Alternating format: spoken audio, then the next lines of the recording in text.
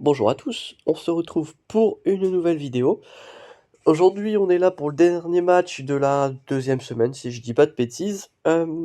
Aujourd'hui, on est là pour le match qui va définir si je passe en 3500 de niveau de compétence ou si je redescends encore. Enfin, si je redescends plutôt, parce que j'ai gagné les deux premiers. Déjà, je vais vous faire un petit peu le résumé du dernier match. Vous allez voir, ça va aller assez vite. Hop, donc le mec, il a joué très rapidement. Ça a été très vite, hein. Il a lancé sur les Ewoks, il s'est fail. Il a dû lancer probablement une Nest ou un Wampa et s'est planté. Et il a pas joué ensuite, donc bénef. Pourtant, il pouvait rattraper, hein. Il avait encore beaucoup en offense. Il avait, je crois, son. Ouais, non, il avait pas son exé, il avait mal au nego. Et il aurait pu tomber mon exec. Il a pas tenté. Bon, bah écoutez. En tout cas, aujourd'hui, on affronte Dan. Donc Dan, 826 000 de lifetime. Red Force Niman, hop, en termes de guild en tout cas. 2573 batailles offensives pour 753 tactiques de défense.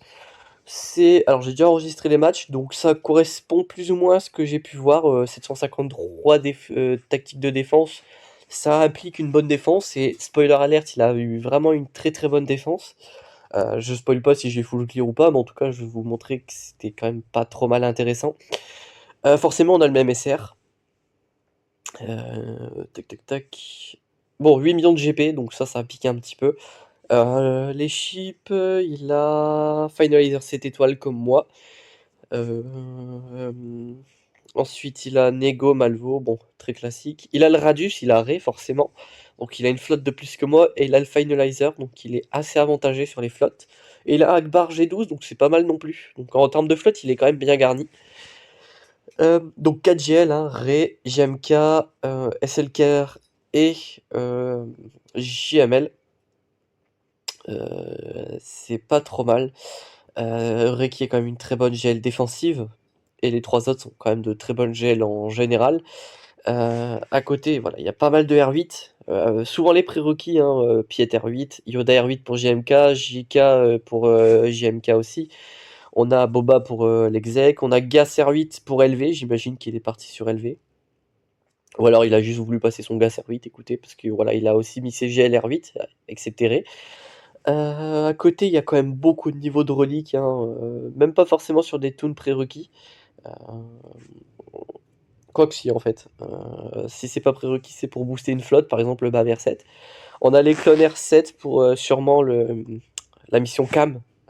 Avoir les clones R7, c'est quand même bien plus facile pour faire la mission Cam. Ouais, sinon c'est classique, hein. Il est sur SE, j'ai l'impression, à Doku R6, c'est pas anodin. Ouais. Il a le Cam aussi, il a Gideon, enfin c'est pas mal. Il a vraiment. Bah, après, avec 2 millions de GP en plus, tu m'étonnes il a un bon roster, mais franchement, c'est pas mal.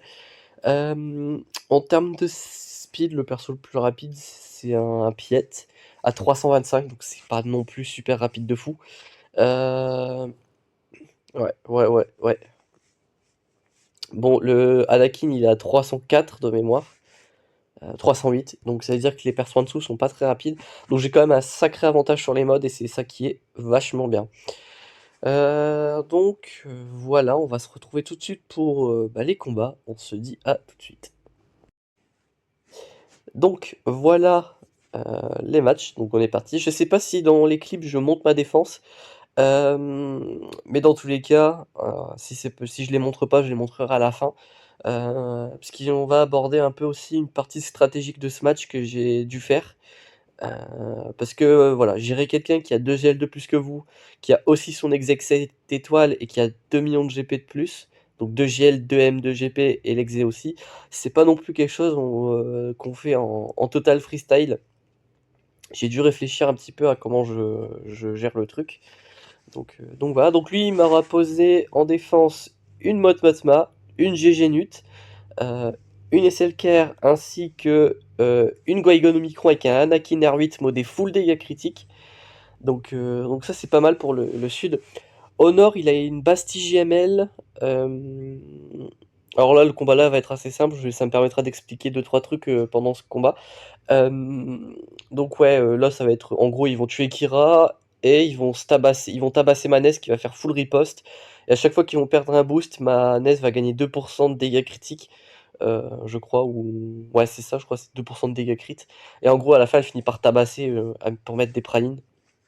La fun fact, mais en gros, Biggs gagne du TM, il frappe ma Nest qui contre-attaque, elle contre-attaque donc, et il refait gagner du TM à Nest qui va contre-attaquer jusqu'à ce que Biggs meure. C'était plutôt marrant ça m'a bien fait marrer. Ouais, donc je disais au nord, il a une Bastille JML, Watt, Jikel et Hermite.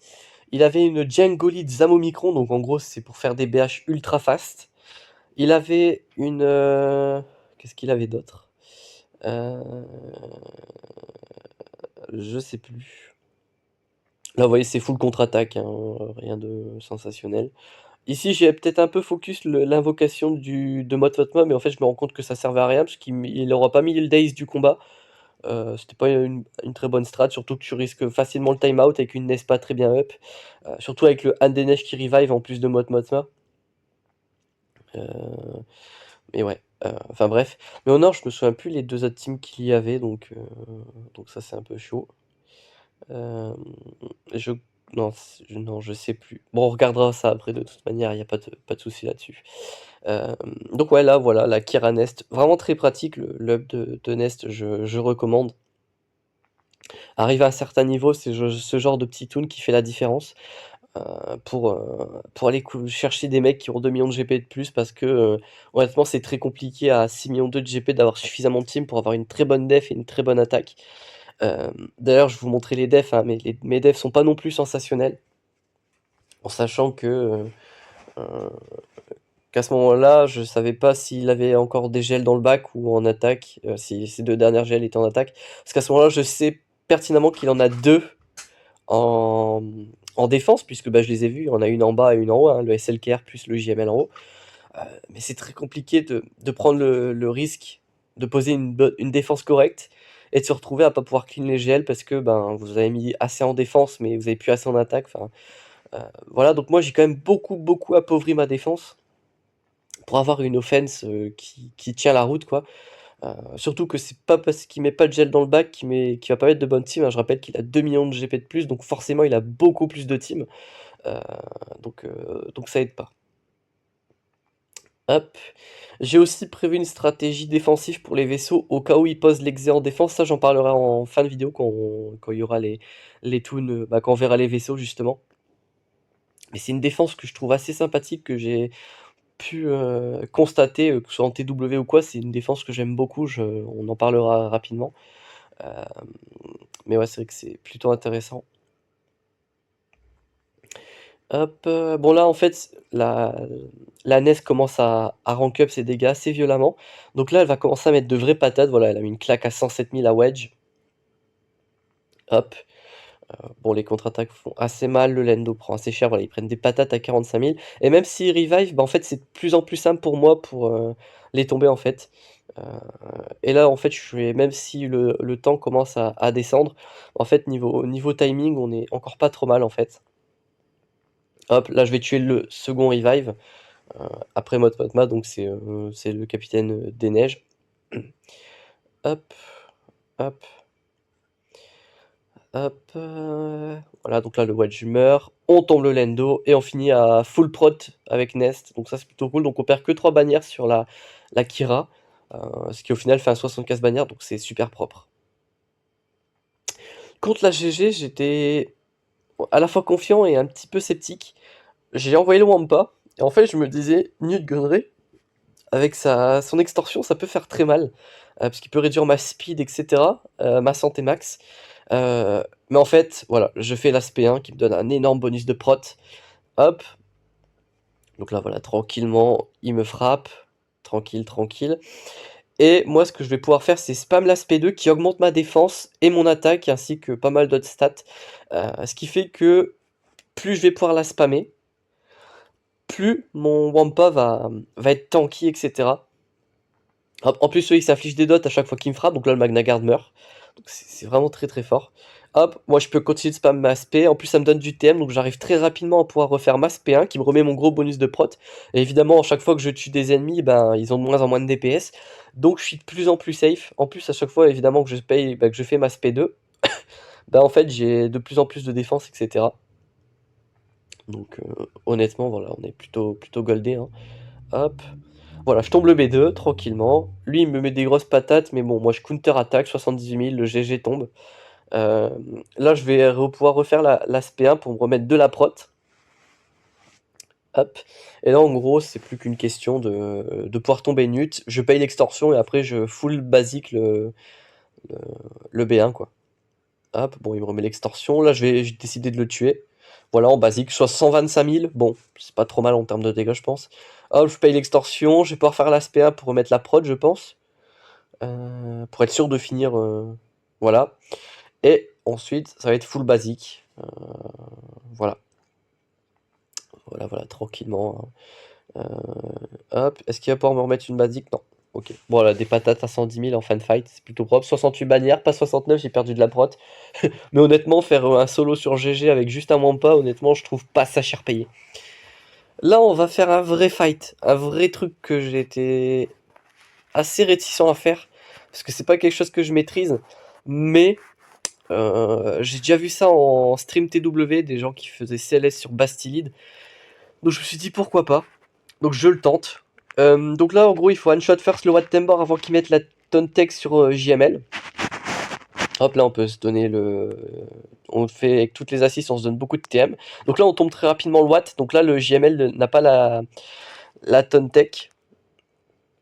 Ensuite on va focus le DPS. En plus ce qui est bien c'est que certains toons peuvent ignorer la raillerie avec notamment l'appel aux armes de CLS. On a pris un mass stun, honnêtement c'est pas très grave. En plus mes persos sont quasiment tous à 300 de speed, donc on n'est pas trop mal. Bon là j'avais la cécité, donc je pouvais pas lui réduire son TM et lui mettre du dispel à JKL. Là ce que j'ai fait c'était un peu bête, c'était de taper le JKL alors qu'il avait de la counter attaque là avec je sais plus comment ça s'appelle, le boost. Mais en gros là vraiment mon but c'est de tomber JKL qui est vraiment le DPS. Et à ce moment là vraiment j'étais assez serein. Parce que il n'y a plus de DPS en face, hein. Là, le gros DPS, c'est JKL, JML, pardon. Après JKL, évidemment. Euh, et donc, une fois qu'il est mort, il n'y a plus qu'à tomber les toons à côté qui sont vraiment là pour booster le JML et le rendre tanky, hein.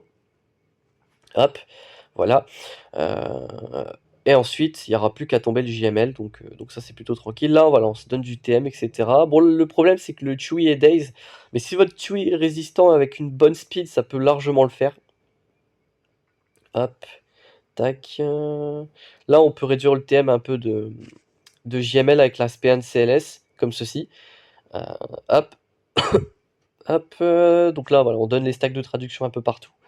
Tac, moi je suis vraiment l'ermite, parce qu'il booste bien vraiment le JML avec sa SP1, son heal, sa prévoyance, etc. Et donc ça me permet de rester en 1v1, en 1v5 avec JML. Donc ça c'est vraiment super fort. Il me reste 3 minutes pour le tomber. Grosso modo, une fois que vous avez tombé la prod, si vous reste suffisamment de temps, ça passe vraiment tranquille.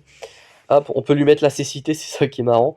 On essaye de mettre les 3 stacks de traduction un peu partout pour qu'à chaque fois que C3PO fait une basique, vous récupérez un cooldown en moins sur vos spé. Hop, les AOE de Chupio qui ici font 5 lignes de dégâts face à JML. Hop, on va pouvoir encore réduire son TM. Donc vous comprenez voilà, que c'est assez violent. C'est un soft counter qui est vraiment bien du coup. Hop, je peux le blind. Je suis full prot là, très clairement je suis full prot sur tous mes toons. Et il n'y a plus qu'à tomber le JML ici. En plus je lui mets malus speed, malus défense, confusion, blind. Donc là vraiment le pauvre JML peut pas faire grand chose. Je peux aussi réduire son TM avec les basiques de Han, les basiques de C3PO. À chaque fois que je peux faire l'appel aux armes et qu'il reste un délai sur l'aspect 1, je le fais, c'est plutôt cool. Je continue de lui mettre le blind à fond. Hop, je joue le plus vite possible avec le Han Solo, hein. Hop, j'ai 3 stacks de traduction sur tout le monde, donc ça c'est plutôt énervé. Hop, basique, tac, AOE. Et il me reste 2 minutes de temps. Donc là honnêtement j'étais très large. 65 bannières sur une GL avec une CLS. C'était épique. Ah oui, donc c'était DNS et une CLS. Donc vous voyez qu'il m'a mis quand même une sacrée défense, c'était vraiment super cool comme. Donc là, voilà, versus CLS, moi le counter que je trouve le plus fiable, hormis une gel évidemment, c'est DR. Gas, c'est pas serein, le miroir, je trouve ça assez RNG. Par contre, un DR, ça marche assez bien. Bon, le HK qui se fait démolir d'entrée de jeu. Mais le truc, c'est que mon DR est à 325. Peut-être pas au moment du match. Au moment du match, il était peut-être encore à 320. Mais en tout cas, c'est suffisant pour les outspeed. Donc ça, c'est plutôt cool. Faut toujours focus le Chewie en premier. Comme ça, les alliés à lui perdent la garde. Donc ils peuvent être stun, ce genre de truc.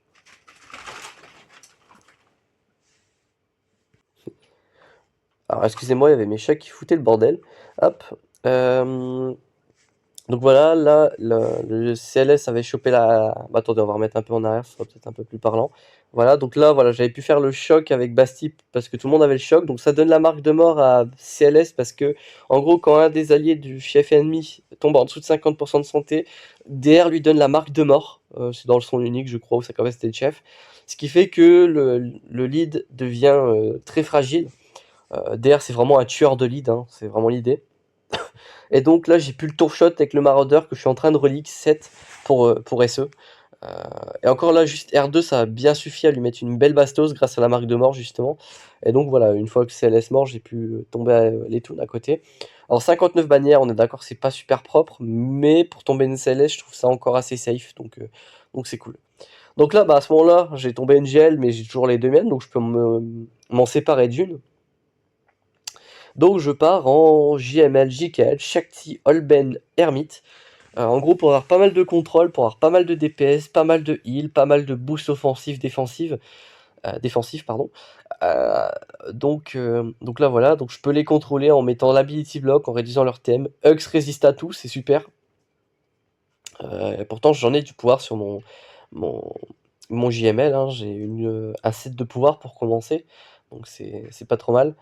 J'ai des beaux pourcents de pouvoir sur les primaires, mais le Hux devait avoir de l'Athéna, ce qui annule un petit peu le délire. Enfin bref. Hop, en tout cas, le Hug, je le tue. J'en ai profité que en fait, le soldat Sith était sous stun pour pouvoir tuer Hux, parce que en gros, quand vous tuez un FO et qu'il y a le soldat Sith, s'il a son Zeta, le soldat Sith, bah, en fait, ça lui donne un tour bonus. Donc autant en profiter qu'il est stun pour lui faire gaspiller un peu bah, ce fameux tour bonus. Là, malheureusement, je suis obligé de tomber les sides. Là, il préfère faire le clean, c'est parfait, il fait pas la WE, comme ça, il booste pas l'ult de SLK. Bon, SLK passe en ult, c'était assez complexe. Hop. Bon, là, le cru, voilà, j'ai pu one-shot son soldat site. Impeccable. Là, va falloir régène et tomber le cru. Hop. Donc là, voilà, j'ai essayé de faire en sorte que JML a un peu de prot. Parfait. Là, je prends une AOE un peu une Fortunate. Voilà. Donc, j'essaye de me heal comme je peux. Tac. Ça, je fais ça sur qui? Sur JKL pour booster un peu le JKL, justement. Encore une basique. Là, il va passer en ult dans pas longtemps. Donc, moi, je décide de balancer mon ult avant, je pense. Ah non, j'essaye de faire un assist pour le tuer, mais ça passe pas. Et lui, il passe en ult. Il met deux de mes persos très low en life, donc je suis un peu deg à ce moment-là. Donc, à ce moment-là, il faut que j'essaye de régène comme je peux. Donc là, je passe en ult pour reset tous les cooldowns de mes persos qui ont du heal. Hop. Bon, là, je peux rien faire, donc j'essaye de donner Hero Rise à l'ermite, je me heal, en donnant la prévoyance, donc la OE de SLK part dans le vent, je lui mets l'ability block et j'ai réduit son TM, j'essaie de lui mettre pas mal de dégâts, je lance un heal avec Shakti sur l'ermite, pour qu'il fasse une basique pour finir, je fais une basique là je pense, voilà, donc tout le monde finit au moins full vie, et là je me tâtais à faire la SP1, mais je me suis dit autant finir avec une basique de l'ermite pour faire un dernier heal, au cas où quelqu'un manquait de santé. Ça fait 60 bannières, c'est pas non plus le plus propre. Je me suis habitué à faire mieux avec JML versus SLK, mais bon, euh, comme quoi ça marche pas toujours comme on veut, donc voilà. Là, il y avait la Qui-Gon et je me tâtais à envoyer pas de mécate pour saut de force le JK, mais je vais tenter un coup de bluff de fou furieux. Je vais balancer SLK solo. Je le spoil, hein. De toute façon, voilà, là, je sais que à ce moment-là, j'étais en train de réfléchir.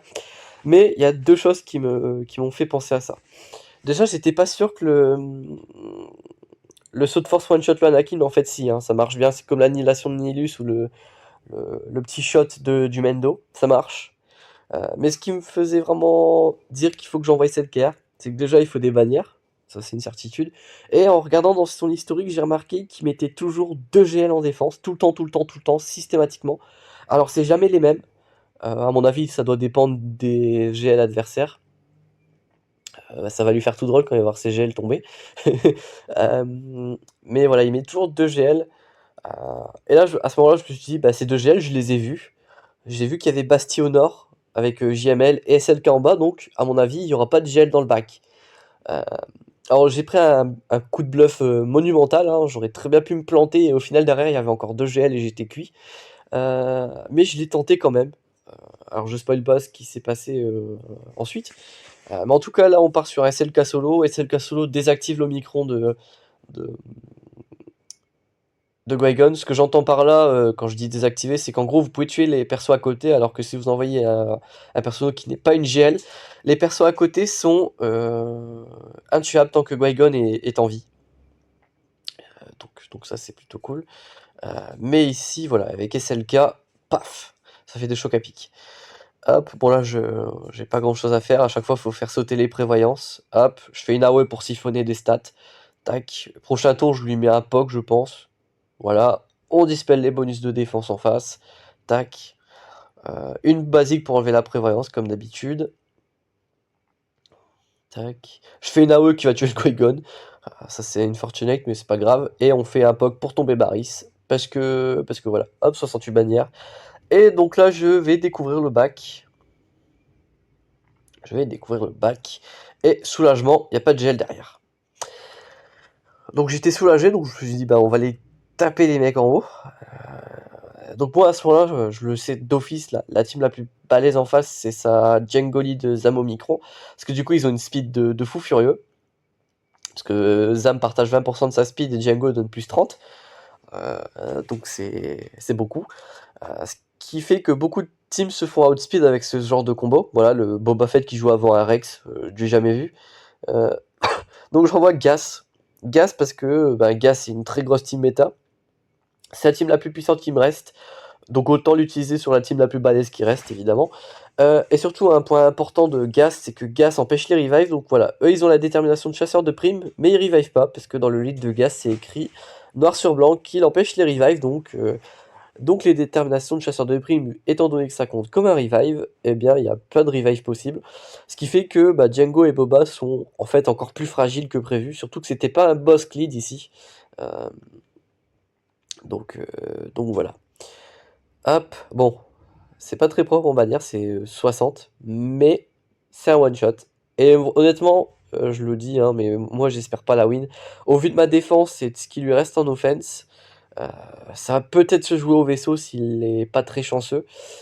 Mais avec ce qui lui reste, si honnêtement il fait pas minimum 1745 bannières, honnêtement c'est scandaleux. Hop, basique. Donc voilà, je suis parti en Hippie Vador sur les NS parce que ça marche très bien. Hop, ça fout plein de dots. LOL, la Daka scandaleusement qui survit. Alors je sais qu'elle a son Zeta qui fait qu'elle résiste, en plus elle est R5. Ok, je veux bien. Euh, mais quand même, là, il faut pas exagérer quand même. Donc là, je pensais que l'esprit de Marajad lui faisait régène de la santé comme sur un hippie, un Vador. En fait, non, pas du tout. Un peu dégoûté, on va pas se mentir. Bon, Marajad qui crève. Bon, j'aurais dû partir sans les deux. J'aurais pu mettre Watt aussi pour le Tontek. Non, le Weapon Tech. Parce que moi, c'est un de mes grands défauts, c'est que mon Watt Tembar, je m'en sers jamais. Je devrais le mettre en défense ou m'en servir plus intelligemment. Parce que là, moi, mon Watt Tembar ne me sert à rien. Lourd. Même dans ce match, je vais même pas m'en servir. Donc maintenant, soit je le mettrai sous GG, soit je m'en sers sous Ipivador. Parce qu'il faut que je m'en sers, quoi. C'est un perso super intéressant et voilà. En def, il a au moins de négo, donc je me dis que ça fait une bonne flotte pour lui en moins. Euh, Honnêtement, je le savais, parce que dans son historique, je vois qu'il garde toujours Exe et Malvo. Donc je m'attendais à ce genre de défense. Donc voilà. Bon, là, on va clear le bas. On va clear le bas. Je vais tomber la phase bas en premier. Non, je crois que je la tombe en dernier. Exactement, parce que là, je vais faire JKR sur Géo. C'est un counter qui marche très très bien, très très propre en bannière. Entre 64 et 65 en fonction des focus adverses. Généralement, c'est votre Yoda qui prend la foudre. Si c'est pas Yoda, c'est Revan. Donc ça fait 64. Ils ont assez peu d'AOE en face. À part l'alpha, j'ai pas de d'AOE en tête. Non, ils ont pas d'AOE à part l'alpha. Hop, donc on focus l'alpha, on lui met la marque d'entrée de jeu, hein, on n'est pas là pour plaisanter. On fait un petit jump pour enlever un peu de prod sur tout le monde, mais surtout pour piquer le petit camouflage de l'espion.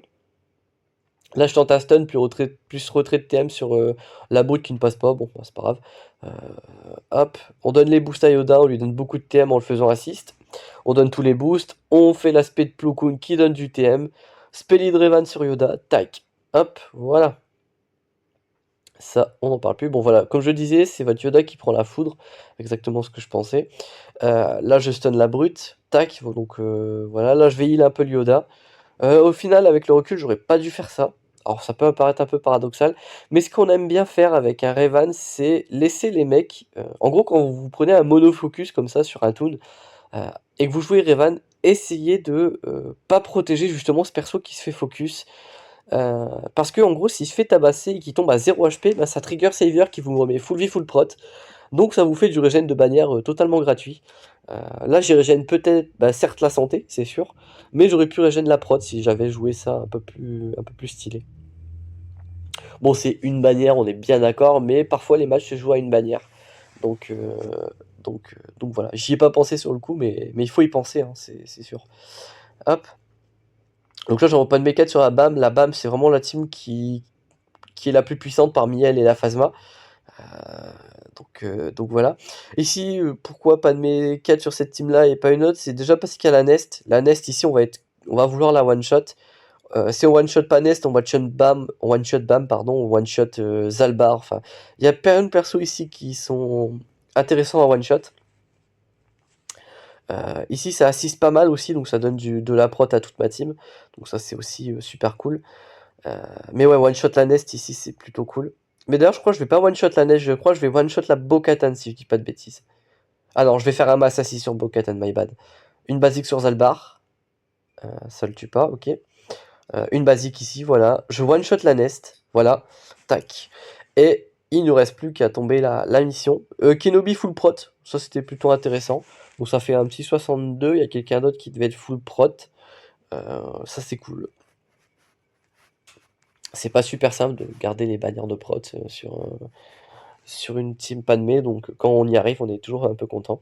Bon là, en offense, il me restait mon FO que j'ai pas utilisé avec SLK et ma RJT. J'aurais pu mettre une team de plus en défense, c'est vrai. Mais bon, j'ai préféré la jouer large. Parce que, attends, je vais mettre en pause, parce que j'aime bien commenter mes matchs quand même. Parce que ouais, certes, j'avais quand même quelques teams en rab en offense, mais déjà la team FO, j'aurais peut-être, si par exemple il avait mis Saré, j'aurais eu besoin d'avoir mes FO avec, parce que c'est le KR en 1v5, ça se fait défoncer. Donc, au moins, si j'avais mis Cru en défense et gardé Selker solo, j'étais pas à l'abri de prendre une, euh, comment dire, une raie. Et la RJT, honnêtement, j'ai bien fait de la garder. Enfin, dans ce match-up là, non, mais s'il avait mis une team un peu plus costaud qu'une Phasma, par exemple, genre, je sais pas moi, bon, j'ai pas d'idée. Euh, mais ouais, honnêtement, j'ai préféré jouer la sûreté en mettant une défense assez faible plutôt qu'une défense trop étoffée et pas avoir assez en offense. Parce que moi, vraiment, j'essayais de jouer le full clear. Mais ouais, honnêtement, c'est super important de garder en attaque. Donc voilà, c'est pour ça que j'ai un peu de rab en attaque.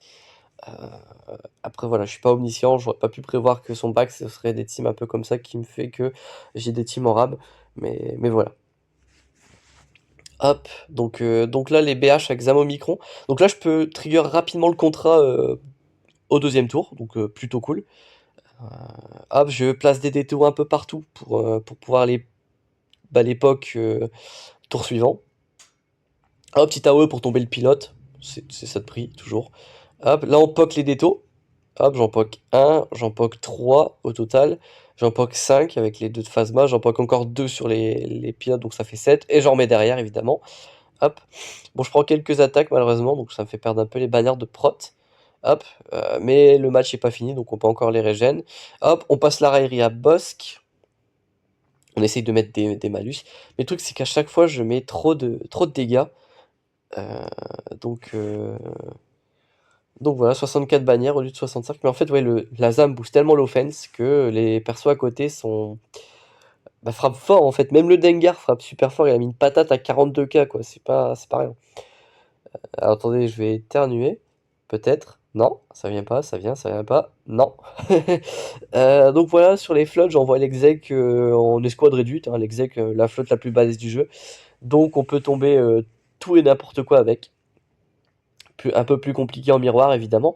Mais là, le négociateur, ça va passer comme une lettre à la poste.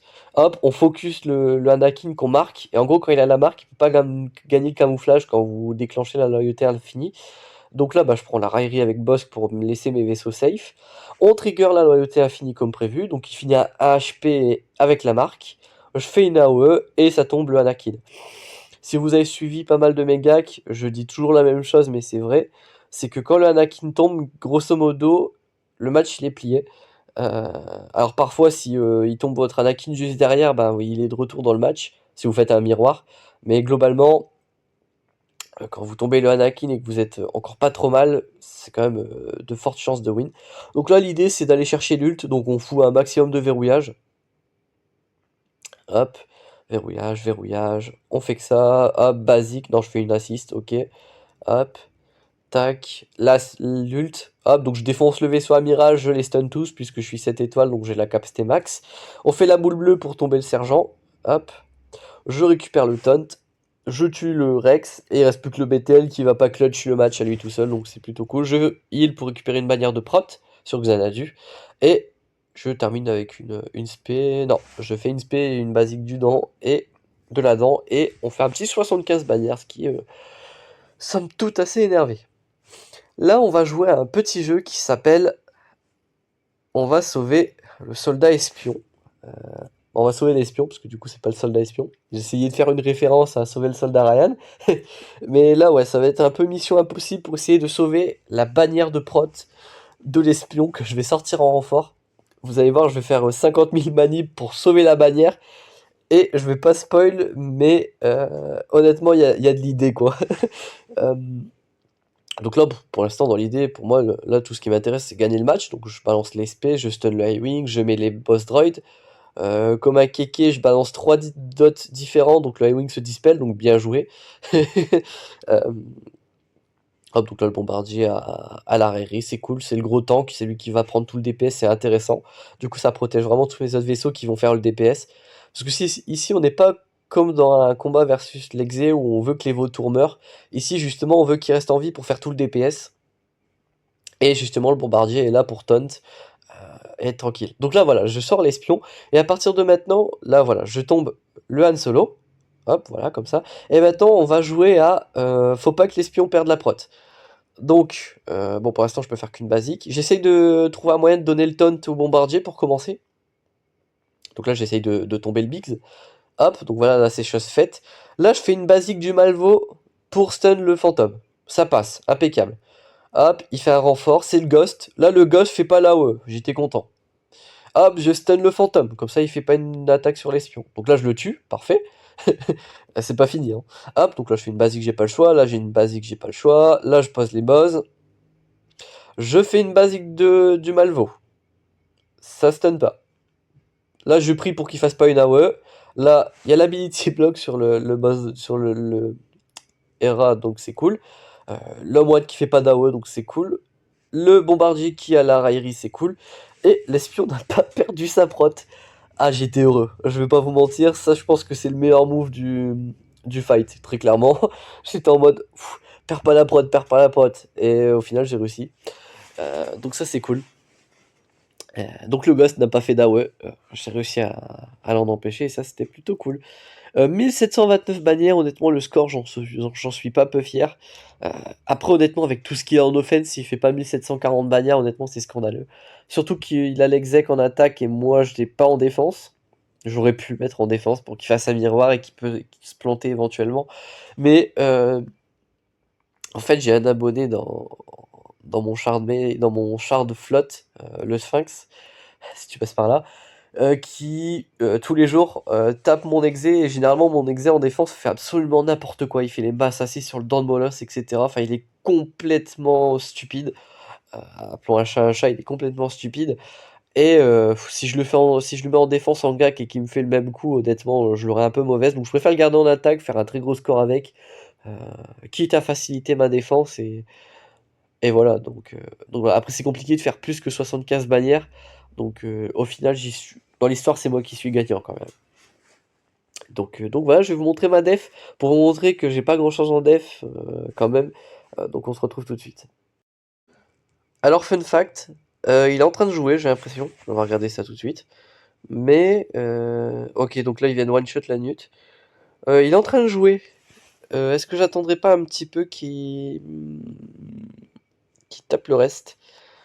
Ça pourrait être intéressant. Au moins, on aurait le match, enfin, le résultat du match tout de suite.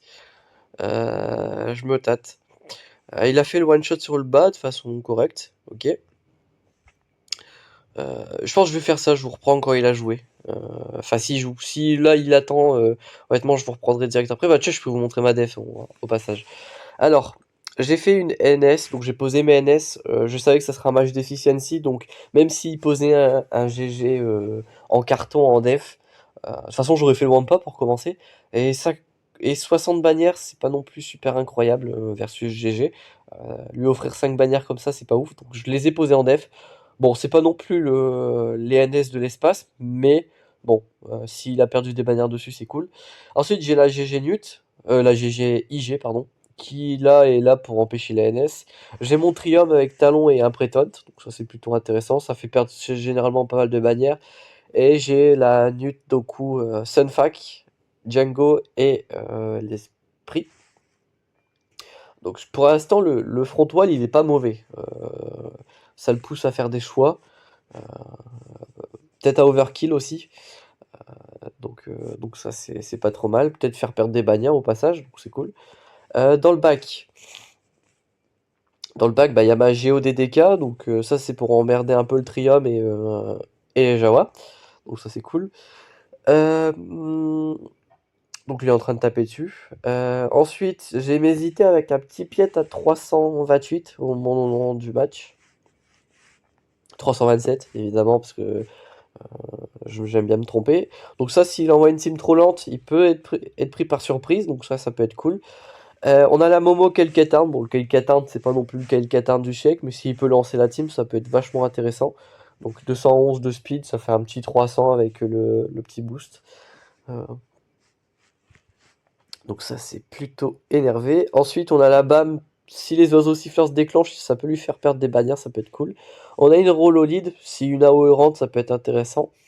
Ewok, si par malheur il tente un solo comme mon dernier adversaire, il peut se planter.